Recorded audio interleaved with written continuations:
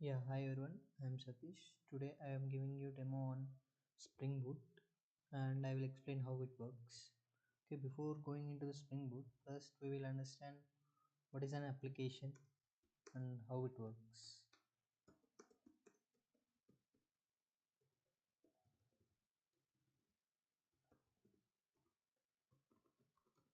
So guys, in order to develop the applications,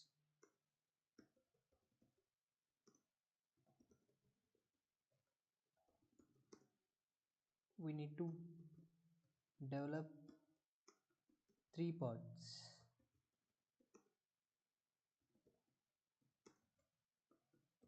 So what it was trying to say is like an application consists of three parts. One is front end, which we are seeing in the browser, and the second one is backend, and third one is database. So the backend is used to transfer the data to the database from the from the front end, or it is used to transfer the data from the front end to the backend database. So nothing but here in the backend we will design APIs. So APIs are responsible for transferring the data from the front end to the database, or transferring the data from the database to the front end. So in order to front end and database communicate, we need to design the APIs in the back end. So in order to design the backend, in order to develop the APIs, we will follow some languages like Java or Node.js or Python. Like that, they will use different technologies to develop the backend APIs, guys. So for now, we will consider Java. Okay. So here, like in order to develop the APIs by using Java, if we use only core Java means it is very difficult to develop the applications. Uh, it is very difficult to develop the APIs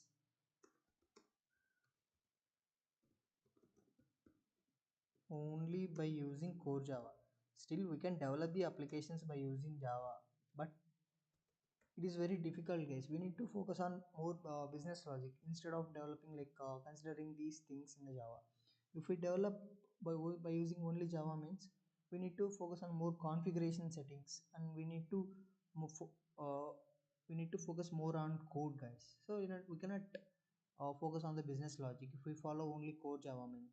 So in order to reduce this difficulty, then after that JSP and servlets came.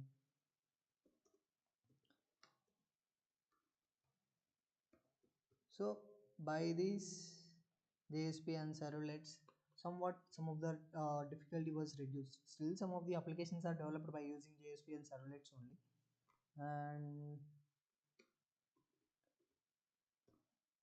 still, if we follow this on JSP and servlets, also it is very difficult if the business logic is increasing day by day, day by day. If it is for the large application, like if it is the application is very large means if we develop using this JSP and servlets continuously, it will causing some issues. We need to focus on more on the issues instead of business logic. So that's not the right way to do the things, guys.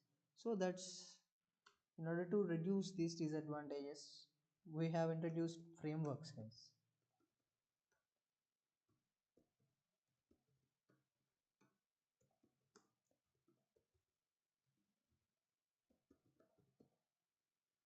Frameworks. So what is a framework?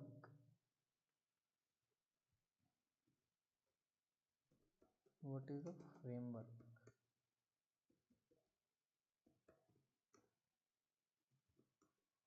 So just like framework is a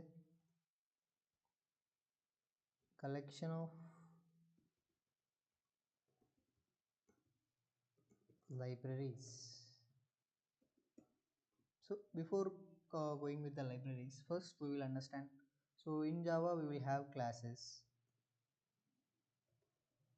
We'll have classes, right? So now group of classes, group of related classes is what known as packages. So whenever we need these classes, we will use import these packages and we can use them instead of writing again and again. So we just import the packages and we have to use, we can use them. So now what collection of packages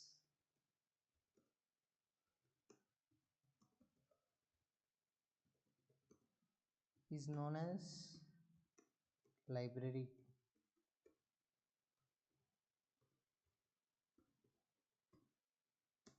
And collection of libraries is known as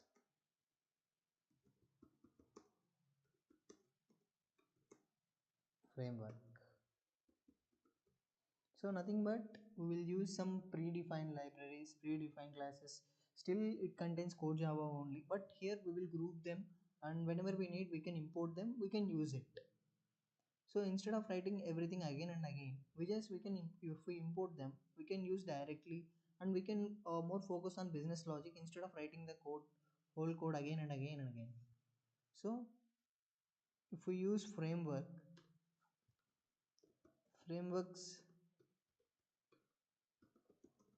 will simplify the development process, guys.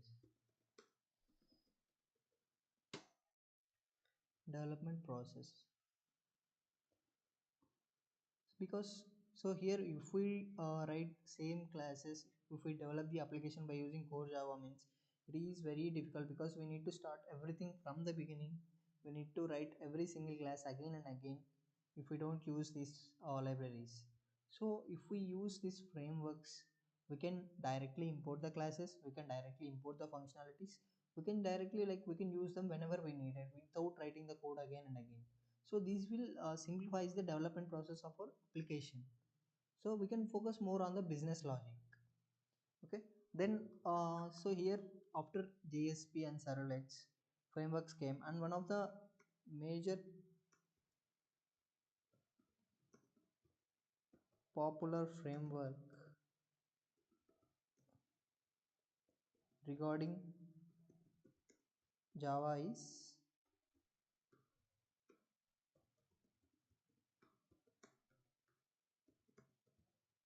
Spring.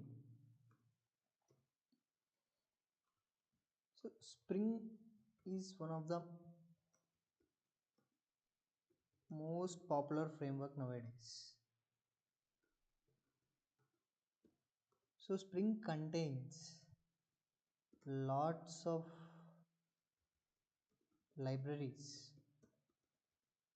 So what it was like, Spring framework contains lot of libraries which can help us to develop the applications quickly, guys.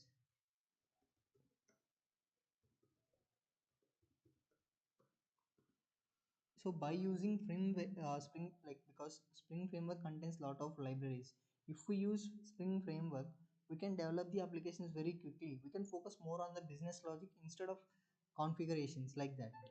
So Spring also has some disadvantages, like it does not contain any server. We need to define the project structure from the beginning only. We need to set the files from the basic. It doesn't provide any default project structure. So in order to overcome these disadvantages, and one of the framework was came, which is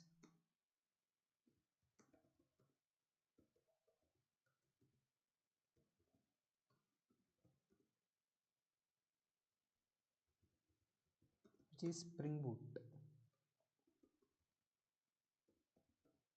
So nowadays Spring Boot is one of the major framework around the world. So every organization, every company using this Spring Boot project, which is used to develop the backends. So that Spring Boot has. So what is Spring Boot?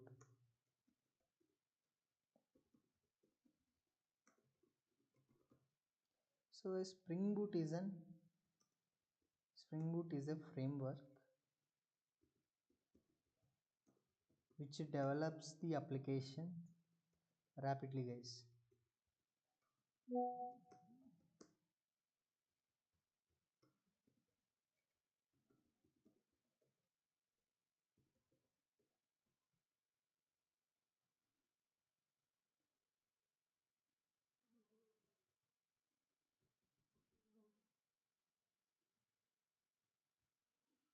Spring Boot is a framework which develops the applications very rapidly compared to the string.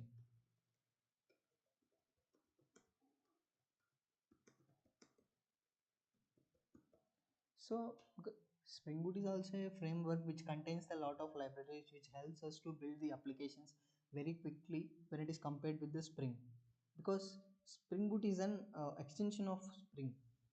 Okay, it is like it is not different framework, guys. It's not an different framework.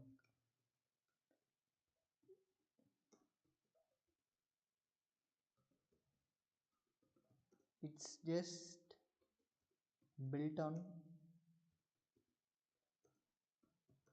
top of the Spring. We can say it is like Spring Boot is an extension of the Spring framework, like that. So what Spring Boot offers is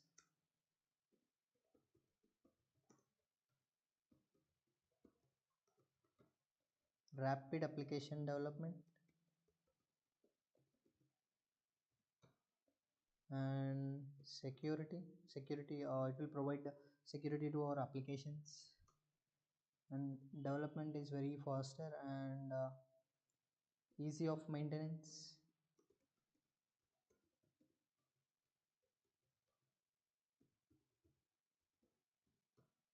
and it has embedded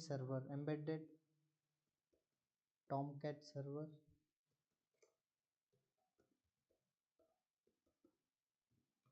So if we take Spring, it doesn't contain any embedded servers. We need to manually add the server to our application. But if we take Spring Boot application, it has default embedded Tomcat server, so that we can run the applications very quickly when it comes to the Spring Boot. So, and this was the major advantages that was added in the Spring Boot. And embedded Tomcat server, it also contain in-memory database, which is H2 database.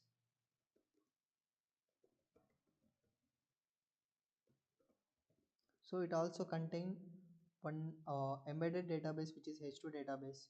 We can use this database to check our APIs.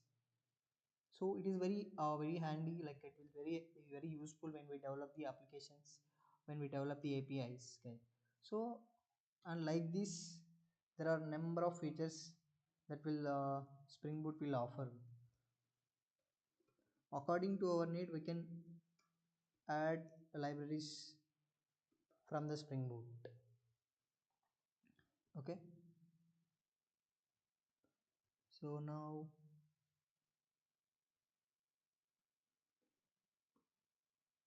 we will see one example regarding this Spring Boot, like how it works, how fast we can develop the applications like that. So we will see now.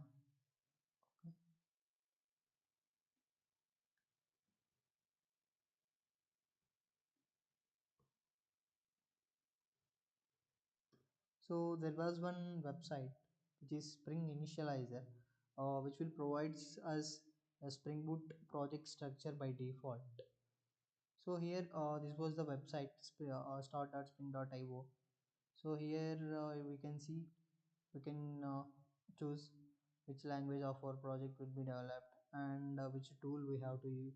We can use, like we can choose from these tools. We can choose Maven, which is very helpful to build our projects very easily, and we can choose any version of this. Here snapshot means like till the changes have to be made, so it is not stable version. So these 3.2.1 and 3.3.4 are the stable versions. We can use any of that versions. And here we can see this group, artifact name, description, package name, packaging and Java versions, guys. So here group name we can use, it is like our organization name. And artifact means like whenever we convert our application into the jar files, a name will be added, so that what name should be added, that we can specify here. Instead like we can use it like just hello, like addition. We will see addition example. We will create an addition API. If we call that API, addition operation will be performed like that. We will create right now. So regarding this name of our project and description, we can provide description to our project, like what it indicates, what it does, like that. Our project will add the numbers, it will add the data and package name. And we can choose our project available in jar files or war files. For we can choose jar files, which will be very helpful for us to when we packaging them. And we can choose the version according to our need. I am choosing Java 17. And here you can see, in if we take Spring project now, we have to add dependencies manually. So we need to search for the dependencies and go to site, and we have to add them uh, manually. But here Spring Boot provides default, like we can choose the dependencies that we want. Here we just we can specify like Spring Boot dev tools if we need, like that. And for the database, if we want to connect our Spring Boot application to the database, for that also it will provide one dependency, which is MySQL connector, like that, MySQL driver. So this will help us to connect our backend application to the database. If we go with the Spring, means we have to specify these everythings manually. So but if we can see here Spring Boot, we just need to choose them, we don't have to add them manually. So this saves lot of time, and we can develop the applications very quickly.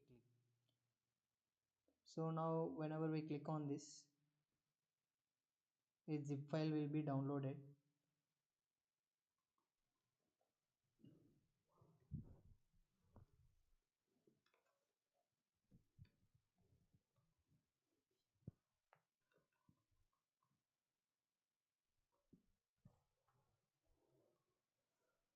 Like that, we can extract it. And once we extract it, you can choose any IDE for the application development, like Eclipse or IntelliJ. You can choose any one of them.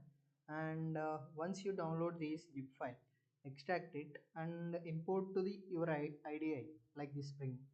You can import your downloaded zip file to this IDE. Okay. And so here I have downloaded one file, which is help. I just imported it here. Okay.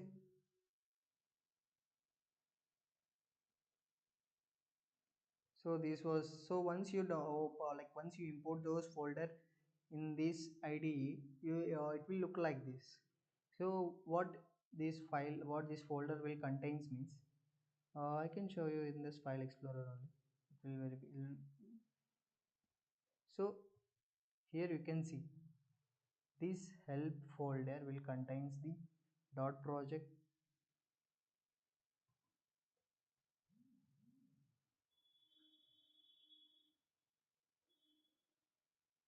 and demo files.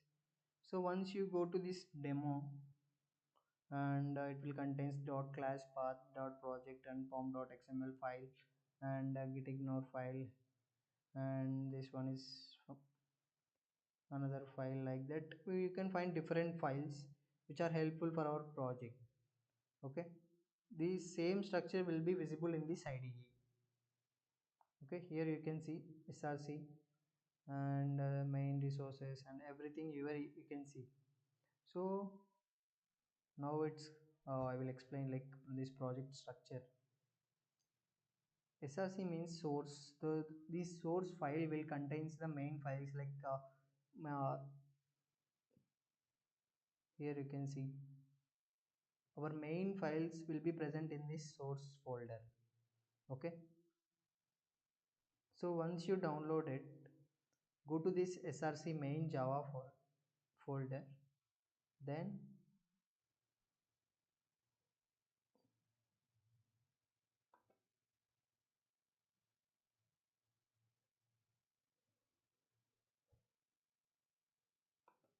this was some file that was created.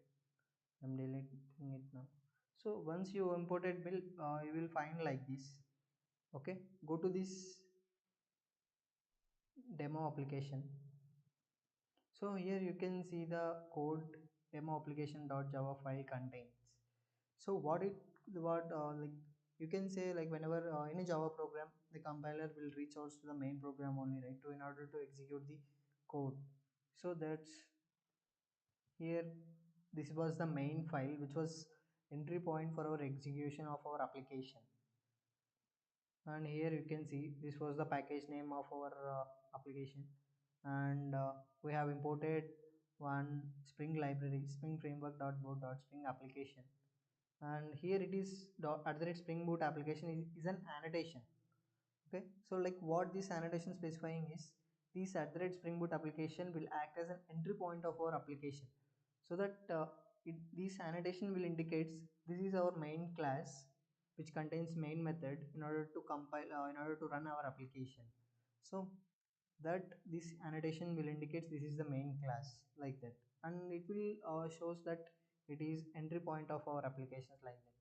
So now our class name, demo application main class name, and main method, and it contains run method which is used to run our application. So then thereafter we can go to, so we can run it, we can run our main method. So you can just run it. Click on this button, play button, that will run your application.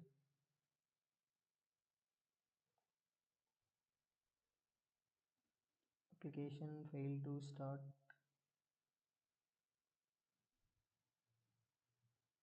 So here port 8080 was like, so whenever you run an application, by default every application will run on some port. So here what it was showing is, identify and stop the process that listening on port 8080. My application will also wants to run on 8080, but there was one application which was running previously on 8080, so that's why it was not able to run our application. So we need to stop that process, then again we need to rerun our application.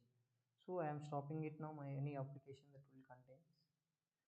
Here you can see I have stopped it, the previous application shutdown requested completed, like that. So now I am trying to rerun our application.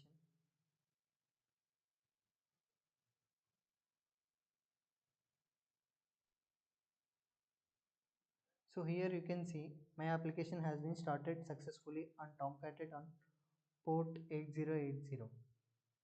Okay, here you can see my application start within 4 seconds. So like that, you will also, once you run your application, you will get the logs like this. And if you get these two statements like that, then your application is running successfully. Okay, now we will see one API. We will create one API, basic API, which adds two numbers. So we can see how fast we can develop the APIs in the Spring Boot.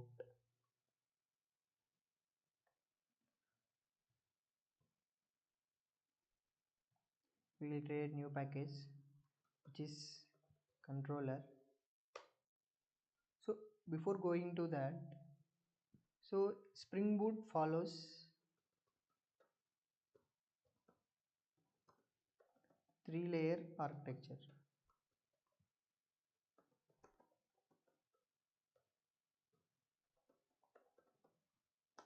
Three-layer architecture means it will contain three layers.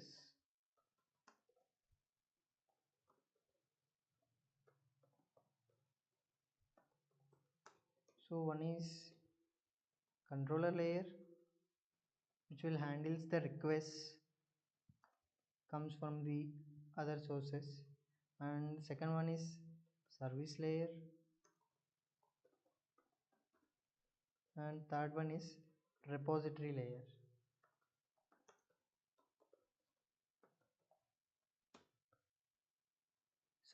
Springboot follows these three layer architecture. The control layer will contains the uh, will handle the creation of APIs, and service layer will contains the business logic, like what function has to be done, that will be present in this service layer. The control layer only which is used to handle the coming requests and sending responses.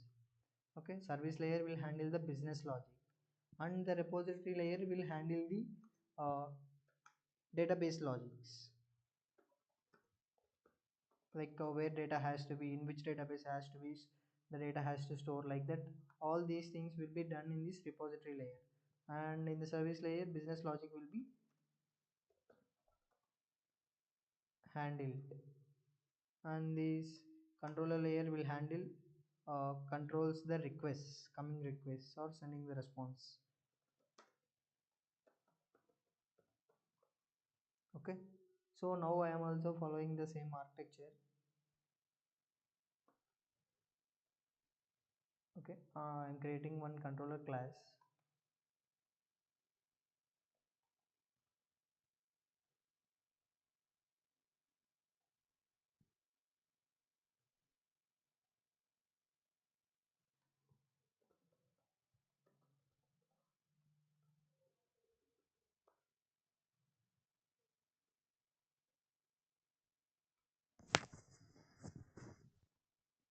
Okay, so I have created one controller class, and we need to create one API that will add two numbers. So before, so we need to indicate this class as the rate rest controller, so that compiler will get to know that this class is an controller API, and we need to import the Spring framework in order to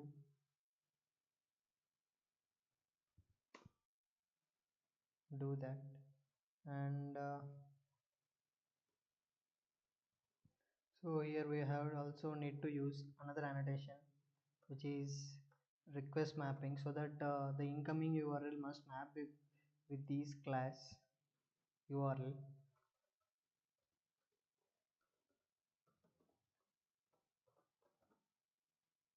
slash API.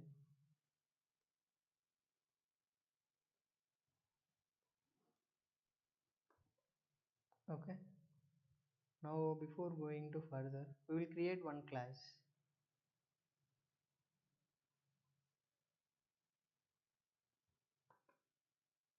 new package, which is package name is Pojo. This Pojo package will contains the classes which are used other than these three layers. Or we can give it name as addition.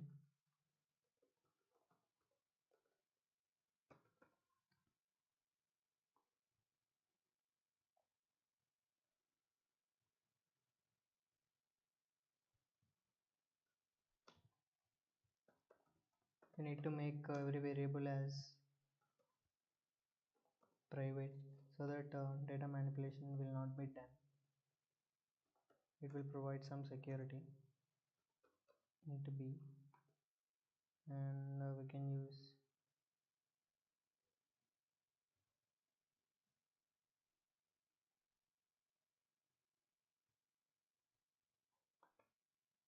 use getters and setters in order to manipulate these variables.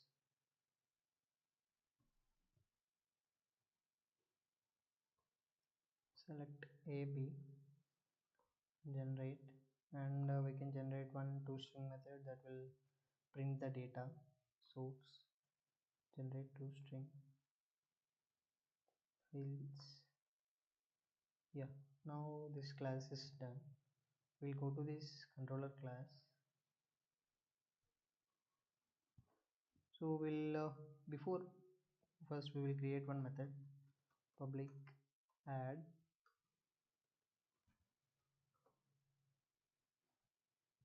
and this method will expect object of this addition.java, because this class object will contains only data, right? So we need this addition.java class object. So we can import like addition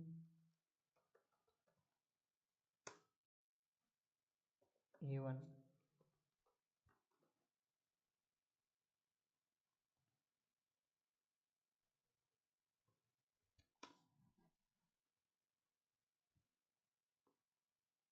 need to import the classes.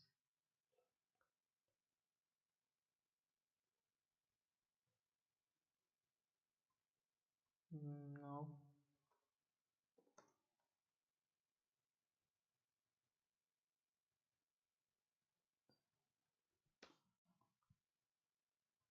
we have imported addition class into a is equals to a1 dot get a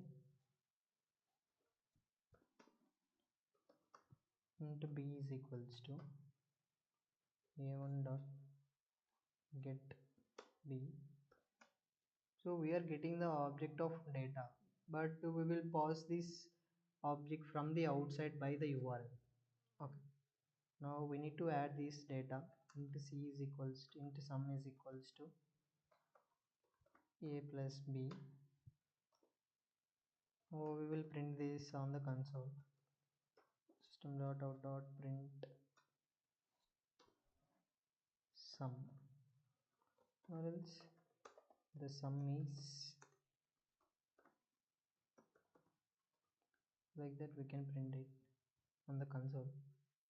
And we need to then specify the return type.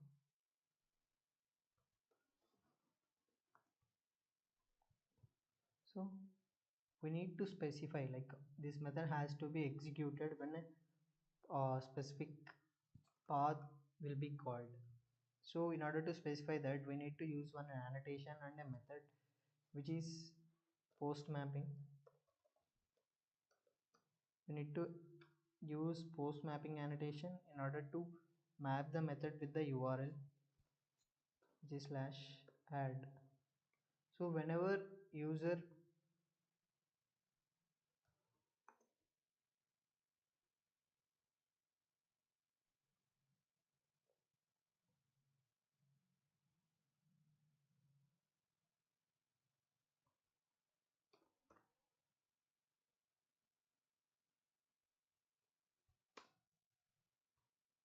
so once we did that, now we have to use the REST controller will indicate this class as controller class, and the request mapping will is used to map the URL with this class, and the void the post mapping annotation will be used to map the URL with this method. So whenever user will call like this, like using some URL which contains this slash API and slash add, this method will be executed. And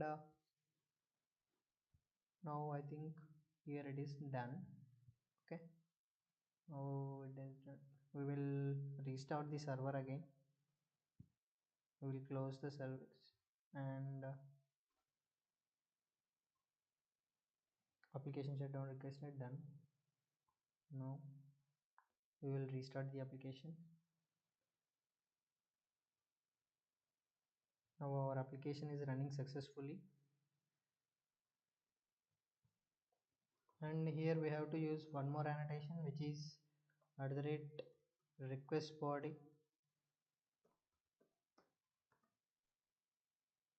because so whenever we passing object from the outside, we need to convert the type of this addition. So in order to do that, we need to use this annotation which is at the rate request body. Okay, now all things is clear. Now we can rerun our service.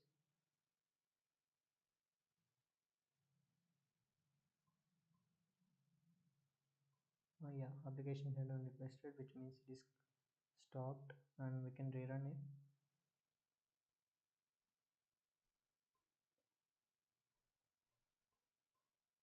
So here you can see our application started on port 8080 running on server Tomcat, and it is started within 4 seconds, and we can test it now. And we can, in order to test our APIs, we can use Postman tool and create one new collection and create one request and specify the method which is post, and call the URL which is, since it is running on our own machine, we have to specify the path as localhost colon 8080. That means uh, current instance that represents our system, and the API which is used to reach out to that class, and the slash add path which is used to reach out to that method, controller method. Okay, and here we need to pass the object, as I said. So here we need to, whenever we reach out to this method, we need to pass one like means we are calling this add method, and it requests one addition object. So in order to do that, we need to pass some data from the outside. So from the outside, when if we need to pass means we can use JSON. Okay, go to this body and click on draw and specify the data in the JSON format like this. Okay, and num1 1 and num2 21, and if you send it like this, and here you can see the data has been, the API has been called successfully, and you can check the logs here. Okay, there is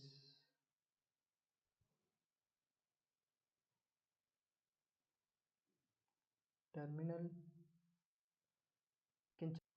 So here you can see in the logs the incoming numbers or add request num1 1 num2 21, the sum is 22. So this means our API is successfully created. So within 10 to 15 minutes we have created one API. Like that we can develop our application by using Spring Boot very quickly.